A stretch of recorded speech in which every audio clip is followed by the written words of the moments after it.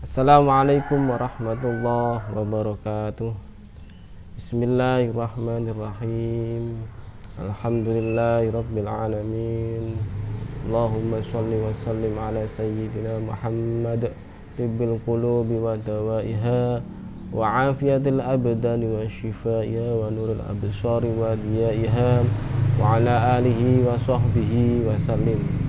Allahumma razuqna al-ikhlasa fin niyyati wal qaul wal amal.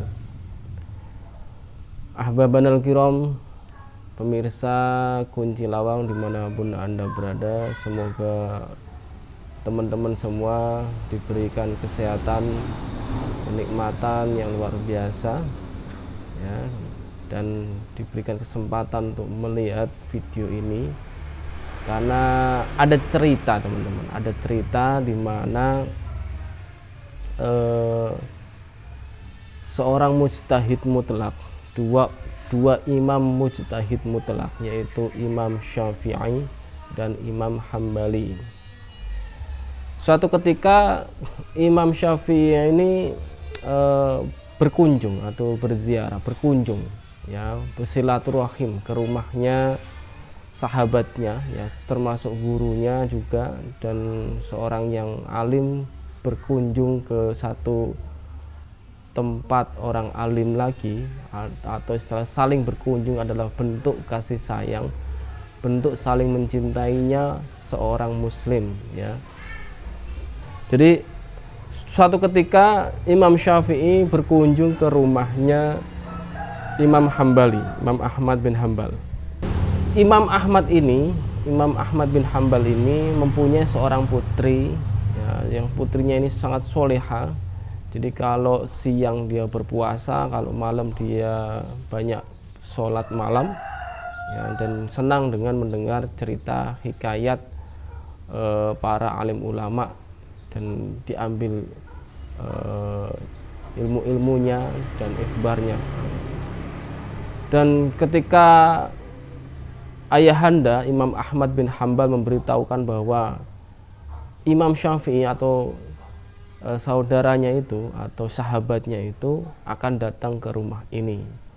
Nah, sangat senang sekali putrinya ini, kemudian dia mempersiapkan semuanya karena putrinya ingin mendengarkan ya perkataan dari Imam Syafi'i yang seorang alim ulama yang besar, kemudian bagaimana perbuatannya, kemudian cara makannya. Nah, kemudian datanglah Imam Syafi'i di rumah Imam Ahmad bin Hambal. Kemudian dihidangkan sebuah makanan untuk makan malam bersama. Jadi ketika Imam Syafi'i berziarah atau berkunjung ke rumahnya Imam Ahmad bin Hambal ini, diberi banyak sekali pelayanan ya. Jadi ada yang namanya melayani tamu karena alim ulama ini menerapkan ilmunya ya. Kemudian Imam Ahmad bin Hambal ini memberikan makan malam, dan untuk makan malam ini makan malam bersama keluarganya termasuk putrinya. Nah, ketika sudah selesai makan malam bersama tadi, bersama Imam Ahmad bin Hambal dan Imam Syafi'i bersama-sama, kemudian Imam Ahmad bin Hambal bergegas melakukan sholat malam sampai fajar tiba, sampai subuh datang. Akan tetapi Imam Syafi'i ini pergi ke kamar untuk tiduran, terlentang begitu sampai fajar juga, Namun sang putri, yang putri Imam Ahmad bin Hambal ini, selalu mengawasi gerak-gerik Imam Syafi'i tersebut yang datang di rumahnya. Nah, Imam Syafi'i ini diikuti terus, kemudian diawasi, dilihat sampai diintip apa yang dilakukan di kamarnya. Lalu Imam Syafi'i ini bergegas ketika subuh berjamaah bareng bersama Imam Ahmad bin Hambal.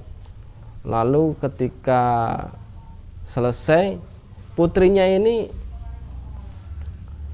bertanya, bergumam, kaget, ada apa ini? Apakah benar bahwa dia ini Imam Syafi'i ya wahai ayahku?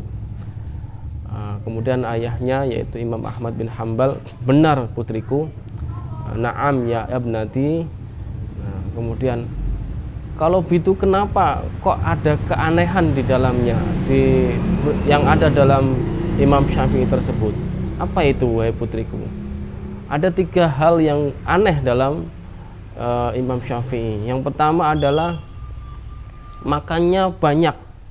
Ya, ketika makan malam itu banyak sekali. Ya, banyak sekali ini maksudnya bukan banyak kemudian bisa mengakibatkan tidur, tidak.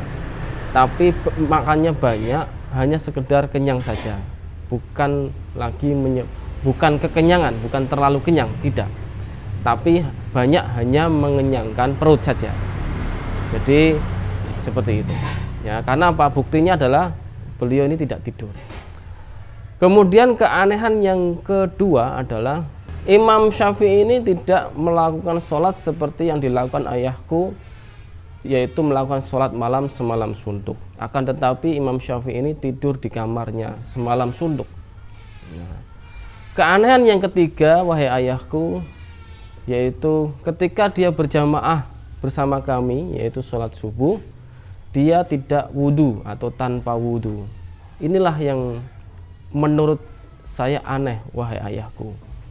Makanya ini saya tanyakan kepada ayahku, apakah benar ia itu Imam Syafi'i seperti yang ayah ceritakan padaku. Nah, inilah kegunda gulananya hatinya putrinya Imam Ahmad bin Hambal ketika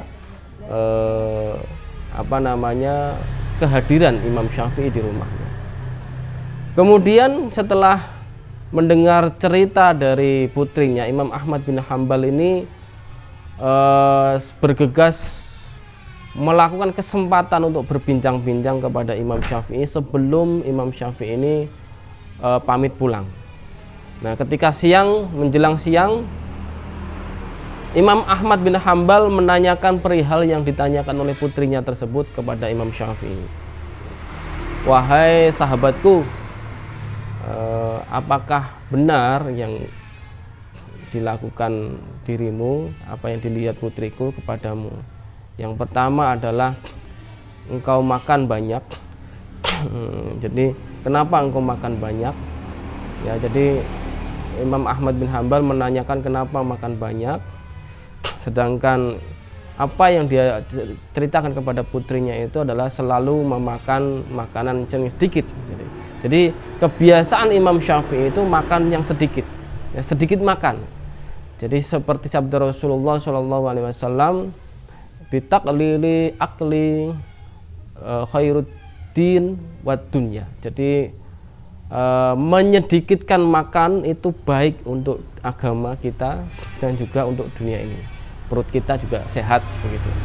Nah, inilah yang dibiasakan Imam Syafi'i, menyedikitkan makan, bukan sedikit makan, bukan, tapi menyedikitkan makan. Artinya apa? Tidak kenyang kalau makan itu. Jadi sebelum dia selesai makan, sebelum kenyang dia selesai makan, menyelesaikan makanannya, hanya sekedar mengisi perut untuk menambah tenaga untuk bisa beribadah kembali. Nah, inilah yang dilakukan Imam Syafi'i. Kemudian yang kedua adalah tidur-tiduran di kamar, tidak melakukan sholat malam seperti yang dilakukan Imam Ahmad bin Hambal. Kemudian yang ketiga adalah apakah benar sholat berjamaah tanpa wudhu, apa yang dilihat oleh putriku. Kemudian Imam Syafi'i menjelaskan bahwa yang pertama adalah kenapa Imam Syafi'i makan banyak, karena Imam Syafi'i mengatakan bahwa wahai saudaraku, wahai sahabatku, engkau adalah seorang yang alim alamah, ulama besar. Dan saya yakin, jadi saya yakin makanan yang saya makan ini adalah makanan yang halal, thayyiban mubarakan, jadi halal. Sehingga aku bermaksud berobatkan makananmu ini, seperti itu. Jadi saya makan kenyang itu bukan untuk mengenyangkan perut, tetapi untuk berobat, seperti itu. Jadi ini ada faedahnya untuk kita semua, yaitu apa? Kita bisa mengambil obat atau mencari obat, yaitu dengan cara kita berkunjung, ya, kita berkunjung silaturahim, sowan kepada para alim ulama, dan ketika kita diberi makan, maka kita makan saja, ya, jangan ditolak, kita makan saja. Kenapa? Karena menurut Imam Syafi'i bahwa makanan itu bisa menjadi obat. Karena apa? Karena itu halal, dan yang punya adalah orang yang alim, ulama besar. Jadi seperti itu.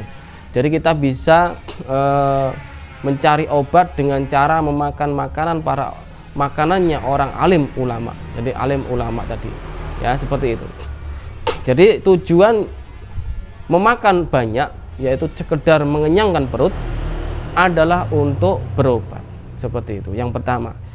Yang kedua adalah beliau mengatakan bahwa ketika di kamar hanya terlentang berbaring dan mata ini terjaga, kemudian seakan-akan terlihat Al-Quran dan Al-Hadis, dan tersedia atau terdapat 72 masalah dalam ilmu fikih, sehingga Imam Syafi'i ini menyusun permasalahan-permasalahan tadi untuk umat muslim yang untuk sampai hari ini, seperti kita yang ketahui sampai hari ini. Nah, jadi sampai larut malam, sampai fajar, sampai subuh tiba. Kemudian memang benar sholat subuh berjamaah. Yang ketiga adalah sholat subuh berjamaah, Imam Syafi'i tidak bawa wudhu atau tidak berwudhu terlebih dahulu. Jadi alasannya adalah beliau terjaga, yaitu dengan wudhunya sholat isya sampai sholat subuh, sehingga ketika sholat subuh berjamaah tidak wudhu lagi, seperti itu teman-teman. Jadi ketika beliau ada di kamar, dia menyusun, Imam Syafi'i menyusun 72 masalah sampai larut malam, sampai fajar tiba, sampai subuh baru selesai, dan itu terjaga, tidak membatalkan wudhu, tidak batal wudhunya, seperti itu. Maksudnya begitu. Jadi setelah selesai menjelaskan Imam Syafi'i seperti itu perihal ketiga keanehan yang dilihat oleh putrinya Imam Ahmad bin Hambal, kemudian Imam Syafi'i pamit pulang, bergegas pamit pulang. Dan kemudian Imam Ahmad bin Hambal menjelaskan kepada putrinya bahwa tidurnya Imam Syafi'i ini lebih mulia sholat malamku semalam suntuk. Inilah karena apa? Lebih mulia itu karena Imam Syafi'i belajar atau mencari ilmu atau menyusun permasalahan ilmu tentang keagamaan ini. Nah, sedangkan sholat sunnah hanya untuk dirinya sendiri. Sedangkan menyusun masalah agama sebanyak 72 masalah ini adalah pahalanya yang luar biasa sampai hari ini. Jadi ketika kita menjalankan permasalahan, ketika kita mengalami permasalahan agama, dan dalam masalah agama itu yang disusun oleh Imam Syafi'i, maka Imam Syafi'i mendapat pahalanya sampai nanti ila yaumil qiyamah. Inilah pahalanya yang sangat luar biasa, menuntut ilmu dan belajar mengamalkan, ya. Jadi thoriquna ilmu wa amal wa ta'lim. Jadi jalan kita adalah mencari ilmu, belajar dan mengajarkan kepada siapa saja.